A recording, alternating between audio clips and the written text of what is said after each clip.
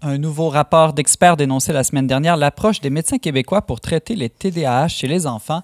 James Langlois, le Québec est-il une société distincte aussi dans la prescription des psychostimulants là, comme le Ritalin aux enfants?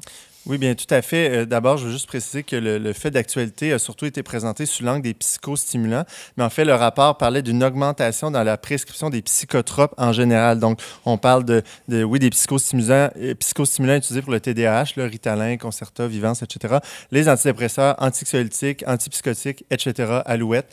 Mais oui, cela Donc, on dit... donne plus de pilules aux enfants au Québec qu'ailleurs? Est-ce que c'est ça? Oui, en général, aux enfants, aux jeunes adultes. Et donc, les chiffres, là, les données vont jusqu'au début de l'âge adulte, là, 25 ans. Cela dit, oui, les chiffres sont très clairs par rapport aux psychostimulants. Au Québec, là, le taux de prescription est 3 fois, voire 4 fois plus élevé que dans les autres provinces canadiennes et même que dans d'autres pays européens.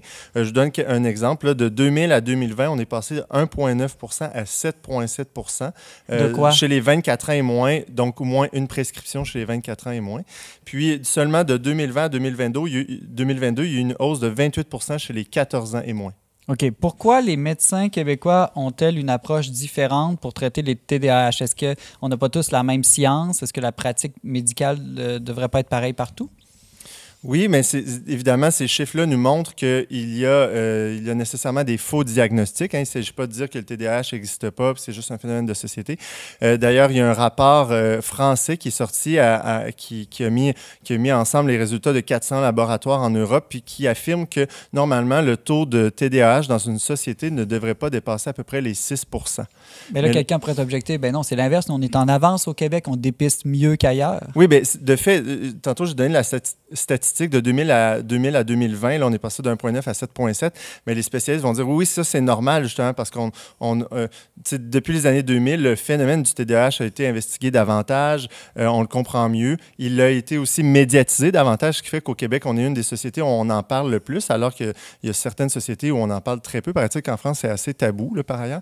Mais donc, oui, il y a eu une certaine augmentation qui est normale. Mais là, quand on est 3 à 4 fois plus élevé que justement ce 6 %-là, là, il y a un problème. Et tout l'enjeu ici, c'est de dire qu'il y a des faux diagnostics et d'où viennent ces diagnostics et comment on peut faire pour améliorer pour la suite. Parce qu'en 2019, déjà, les spécialistes, il y a eu une commission parlementaire sur le sujet exclusif de la prescription en lien avec le TDAH. Il y a une quinzaine de recommandations qui ont été émises par les spécialistes et là, le nouveau rapport des médecins récents, ben, pas des médecins, mais des pédopsychiatres, etc., affirme qu'il n'y a aucune de ces recommandations qui a été mise en place jusqu'à maintenant.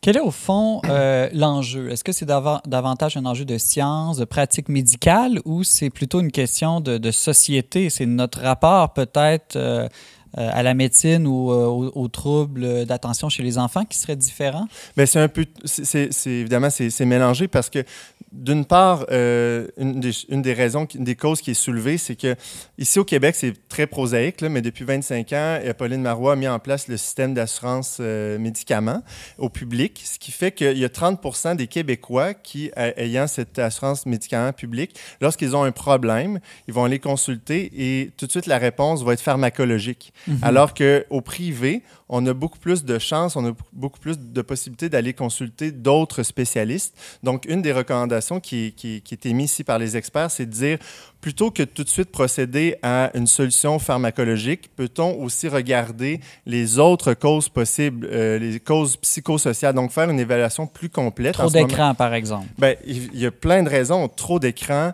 les problèmes familiaux, le manque de sommeil. On a même remarqué que 23 % des élèves qui étaient les derniers de classe, c'est-à-dire les plus jeunes, avaient plus de prescriptions. Donc, on voit, il y a comme souvent l'immaturité, on va dire, affective ou cognitive qui va emmener ce qui s'apparente à des symptômes de TDAH, mais qui en fait en sont pas. Donc, souvent, on s'en rend compte, il y a des causes qu'on appelle comorbides. Donc, un jeune qui fait de l'anxiété, par exemple, bien, peut présenter des symptômes aussi TDAH, mais ça ne veut pas dire qu'il y a un TDAH.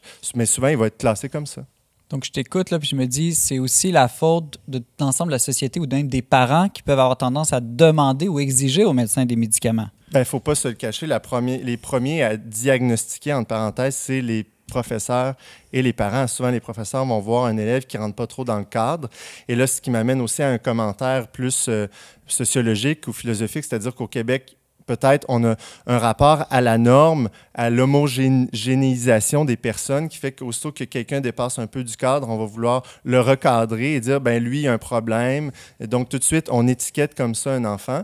Puis, on va dire aux parents, ben là, il y a quelque chose qui se passe, allez consulter. Les parents vont voir le médecin et en souvent, ça doit être un long processus, normalement, aller voir des psychiatres, tout ça, mais j'ai entendu plein d'histoires de faits où des médecins, en quelques minutes, prescrivaient, diagnostiquaient eux aussi à leur manière avec des balises qui sont très, très, très larges, très, très inclusives et qui ne correspondent pas du tout à un vrai diagnostic de TDAH. Et puis ça, c'est sans compter aussi l'espèce de pression pharmacologique que les compagnies vont faire auprès des médecins, bien souvent pour prescrire.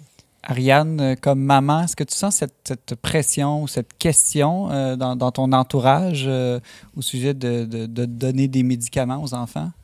Pas tant que ça, mais par rapport aux enseignants, je comprends ton point, James, mais en même temps, je me dis, on peut pas tant que ça leur en vouloir, considérant le nombre d'enfants qu'ils ont à gérer.